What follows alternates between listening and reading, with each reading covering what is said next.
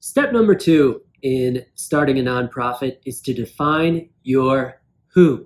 This is really important because you're determining who your officers are and what their responsibilities will be, who will be on your board of directors, and who will be your other partners in this journey. I'm Mark Lyda from Lyda Law Firm. Let's get started.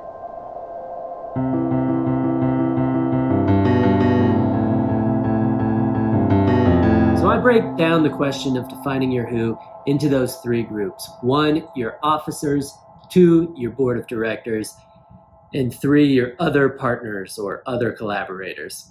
This is extremely important, not only because you need to know it in order to operate and have your nonprofit run smoothly, but also because you'll be specifically asked about it when you go to fill out your IRS Form 1023, which is the big packet of stuff that you submit to the IRS to actually be recognized as a 501c3 nonprofit. So you need this information not just to operate, but also to be legally deemed a nonprofit. Okay, so first, your officers. These are the people who will actually be running the day-to-day of your organization. If you're watching this video, it's very likely that you will be the officer or an officer of your nonprofit. So this includes things like the executive director, or if you have a development officer, some sort of co-directors or vice director, however you want to do it.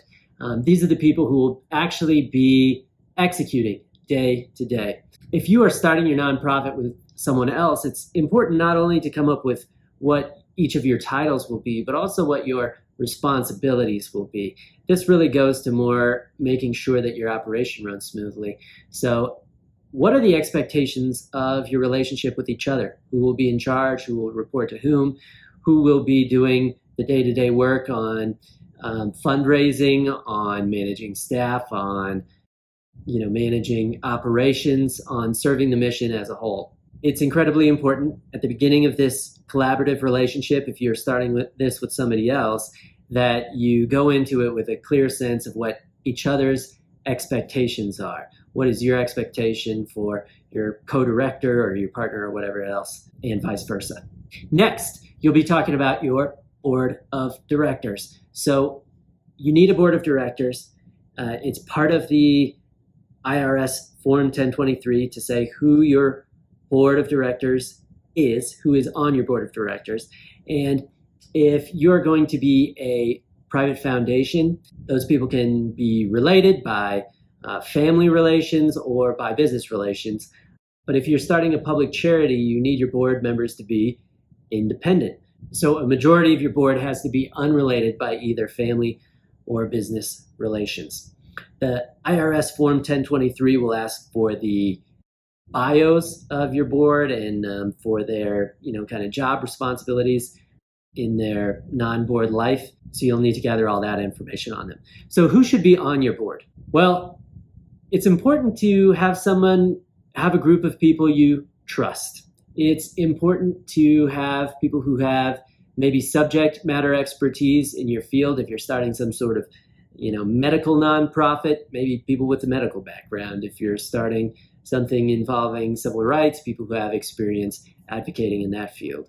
But it's also important to have people who know about running a nonprofit, not just the substantive area, but actually the day-to-day of what it takes to run a nonprofit.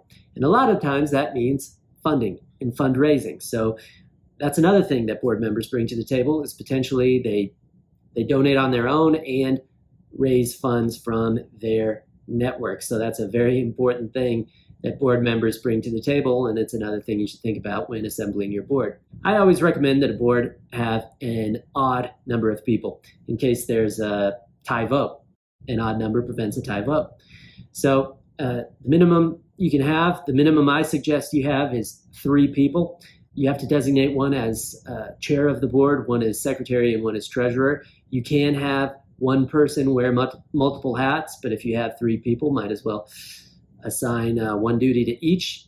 And of course, you can have more than 3 members of your board as well. And then the third group to think about in defining your why is your other collaborators, your other partners in this journey. So thinking about vendors you will use, thinking about other nonprofits you might want to collaborate with in planning events or serving your mission through programs, etc. Foundations who might be funding sources for you, or private donors who might help fund your operations. And Denise will talk about your funding sources in the next video. So I suggest that you write all of this down. It's really not enough to just kind of think, okay, here are my officers and I'll get 3 boards of directors and here are the general types of people I'll partner with as well as outside collaborators. I suggest you really engage in the hard work of writing it down, defining those relationships, defining those responsibilities, and defining those expectations, and you'll thank yourself later